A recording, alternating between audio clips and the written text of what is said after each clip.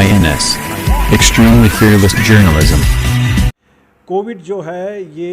कश्मीर के हवाले से मैं कहूँगा कि आजकल it is not showing any sign of slowing down. लगातार आप हर रोज़ देखते हो हज़ारों की तादाद में केसेस पॉजिटिव आते हैं और मुझे लगता है इसका मैग्नीट्यूड कई गुना ज़्यादा है many times because many patients are unreported because they are not tested. अब इसके हवाले से मैंने जो स्टेटमेंट दिया जो जिसकी आप बात करते हो कि विंटर आ रहा है और कश्मीर में, और कश्मीर के हवाले से अगर विंटर की बात की जाए, कश्मीर में विंटर जल्दी शुरू होता है, कश्मीर में विंटर बहुत सख्त होता है, कश्मीर में विंटर बाकी रियासतों के मुकाबले में बहुत प्रोलॉन्ग्ड होता है। It's a very long and harsh winter in Kashmir.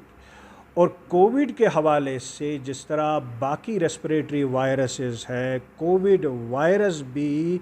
Winter में it will show A search.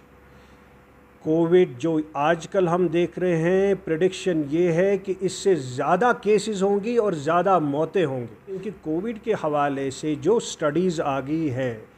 बाकी वायरसेस जिस तरह सर्दियों में थ्राइव ज़्यादा होते हैं, ये ज़्यादा स्टेबल हो जाते हैं, उसी तरह कोविड वायरस भी एक रेस्पिरेटरी वायरस है और ये सर्दियों में ज़्यादा थ्राइव हो जाएगा। उस हिसाब से ये हवा में ज़्यादा देर रहेगा,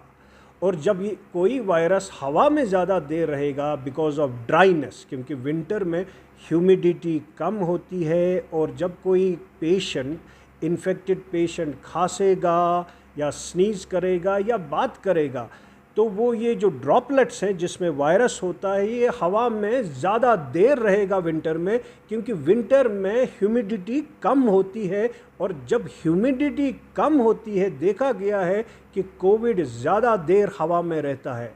उससे ये होता है कि हवा में जब कोई वायरस ज़्यादा देर रहेगा तो इन्फेक्शन होने के चांसेस लोगों में ज़्यादा रहते हैं। इसीलिए मैंने ये प्रेडिक्शन की कि ये ज़्यादा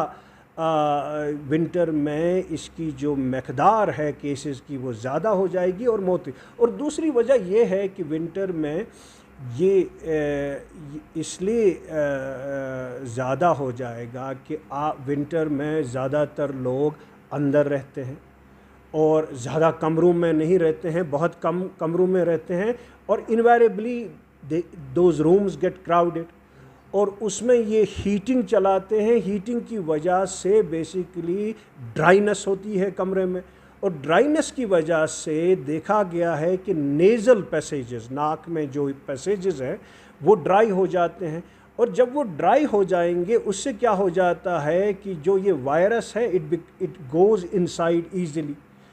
क्योंकि अगर मॉइस्ट होगा या सीलिया पेटेंट होंगे, उसकी वजह से क्या होता है कि वायरस ये नाक से बाहर निकलता है उन मोमेंट्स, सीलिया के मोमेंट्स की वजह से। लेकिन जब ये नाक ह्यूमिडिटी, लो ह्यूमिडिटी की वजह से, ड्राई एयर की वजह से विंटर में जब ये ड्राई हो जाएंगे nasal passages, so virus has an easy passage, it goes in and it will go into the lungs. उसकी वजह से मैंने ये स्टेटमेंट दिया कि सर्दियों में ये जो कोविड है इसकी मकदार ज़्यादा हो जाएगी, the number of cases will surge, they will spike, and in fact there will be massive spike. Virus अंदर जाता है, प्रोटेक्शन हो जाती है, और लोगों में ये एहसास होता है शायद हम ठीक हो गए ना। कई लोगों के हमने एंटीबॉडीज़ देखी, उनमें एंटीबॉडीज़ ही नहीं थी, that means they were not immune, और जिनकी बनी भी थी that went of with in 2 months। इसीलिए मैं आपकी वसादत से लोगों को ये बोलना चाहता हूँ कि अगर कोई इन्फेक्ट हो जाएगा, उसके री इन्फेक्शन के चांसेस बनते हैं, वो फिर से री इन्फेक्ट हो सकते हैं, या तो उसी स्ट्रेन से जिससे वो इन्फेक्ट हुआ है, या म्यूटेटेड स्ट्रेन से, चेंज स्ट्रेन जो चेंज हो गए, बिकॉज इन वायरसेस की खुसूसियत ये है कि ये चेंज होते जाते हैं, और they have a peculiarity, they have a tendency to change, और जब ये चेंज हो जाते हैं उसकी वजह से अगर एक स्ट्रेन से आपको इन्फेक्शन होगी, दूसरी स्ट्रेन हो सकती है, अगर उसी स्ट्रेन से भी आपको इन्फेक्शन हो सकती है, क्योंकि उस स्ट्रेन से इसलिए इन्फेक्शन हो सकती है क्योंकि आपकी एंटीबॉडीज़ जो हैं वो नहीं रहती है ज़्यादा देर, वो 2 महीने या ज़्यादा से ज़्यादा 3 महीने रहती हैं, उसके बाद आपके री इन्फेक्शन के चांसेस फिर से बढ़ती हैं। अब वो सवाल पे हम जो बहुत ज़रूरी है वापस आएंगे कि हमें क्या करना चाहिए। हमें ये करना चाहिए कि आज ही से हमको वी मस्ट प्रिपरेशन मेरे तक नहीं है, प्रिपरेशन यहाँ की कंसर्न्ड अथॉरिटीज़ तक है, सरकार तक है यहाँ की, क्योंकि हमें जानें बचानी है। एक जान भी अगर जाएगी, वो भी किसी का बाप है, वो भी किसी का भाई है, वो भी he must be a lone bread earner. So we have to try to, because it is a protected. हमें पहली बात जो है लोगों को ये बोलना है कि इसमें अभी तक कोई ट्रीटमेंट नहीं है, अभी कोई इलाज नहीं निकला है स्पेसिफिक, अभी वैक्सीन नहीं है, और मुझे नहीं लगता है कि आने वाला है by the end of this year. और अगर आ भी गया तब भी there is a questionable effectiveness कि क्या ये इफ़ेक्टिव है 100%। कोई भी वैक्सीन इफ़ेक्टिव नहीं है, मगर हमें एक वैक्सीन है अभी जो फ्लू वैक्सीन, जिसके जो फ्लू सीज़न आ रहा है, at least we can do away with one virus flu. उससे क्या होगा, we can reduce the infection of the flu. उससे क्या जो हो जाएगा, हमारा जो हेल्थ सिस्टम है थोड़ा सा बच जाएगा कोविड या बाकी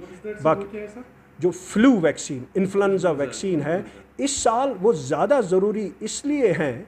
क्योंकि ताकि ये जो फ्लू है, फ्लू का सीज़न आ रहा है, मैंने उस हवाले से भी एक स्टेटमेंट निकाला था कि आप इस साल सितंबर में फ्लू वैक्सीन इसलिए करो क्योंकि ताकि you will be protected before the onset of flu season that comes in October, क्योंकि अक्टूबर से शुरू होता है। इसीलिए इस साल everybody should get vaccinated against the flu. उससे क्या होगा, एटलीस्ट डॉक्टरों को ये अगर कोई आदमी फॉर एग्जांपल वैक्सीनेटेड होगा, हमें पता है कि ये वैक्सीनेटेड है, अगर उसको, क्योंकि फ्लू और कोविड की अलामतें मिलती जुलती हैं, उसमें भी खांसी आती है, उसमें भी बुखार होता है, उसमें भी ज़ुकाम होता है, उसमें भी सोर थ्रोट होता है, दोनों की जो सिम्टम्स है, जो अलामतें हैं, वो मिलती जुलती है। इसलिए डॉक्टरों को डायग्नोज करने में बड़ी प्रॉब्लम हो जाएगी। इसलिए अगर वैक्सीनेट हुआ होगा community, we will say it is not flu, it may be Covid, ताकि हमें ट्रायाजिंग में डिफ़िकल्टी ना हो जाए और हस्पतालों में will spare beds for Covid patients specially. दूसरा वेरी इंपॉर्टेंट इज़ कि हस्पतालों को चाहिए कि वो आज ही से प्रिपेयर करें, क्योंकि who knows, there will be surge of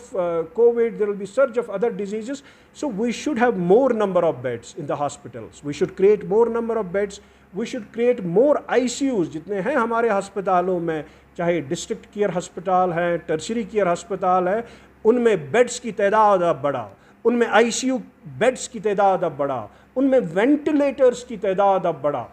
और जो टेस्टिंग फैसिलिटी है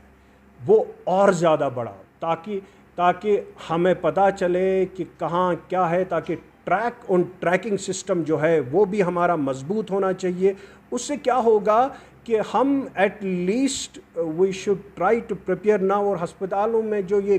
प्रोटेक्टिव गियरिंग है डॉक्टरों के लिए, पैरामेडिकल के लिए, it should be stock pile. और मुझे लगता है कि काफ़ी शिकायतें हैं कि जो ये वैक्सीन है, फ्लू वैक्सीन, काफ़ी लोग, people can not afford it, ये बहुत कॉस्टली है, 1000 1200 1300 का। पुअर पीपल और सरकार की ये जिम्मेदारी है कि इस साल वो एटलीस्ट हाई रिस्क ग्रुप्स के लिए, जिनको कॉम्प्लिकेशन, फ्लू कॉम्प्लिकेशन के चांसेस ज़्यादा हैं, या इसकी लत लगने के ज़्यादा चांसेस हैं, उनमें बच्चे आ जाते हैं, बुज़ुर्ग आ जाते हैं, प्रेग्नेंट वुमेन आ जाते हैं, और जिनको अंडरलाइंग मेडिकल कंडीशंस हो उनमें आ जाते हैं, उनको ये वैक्सीन फ्री ऑफ कॉस्ट मिलनी चाहिए सरकार की तरफ से।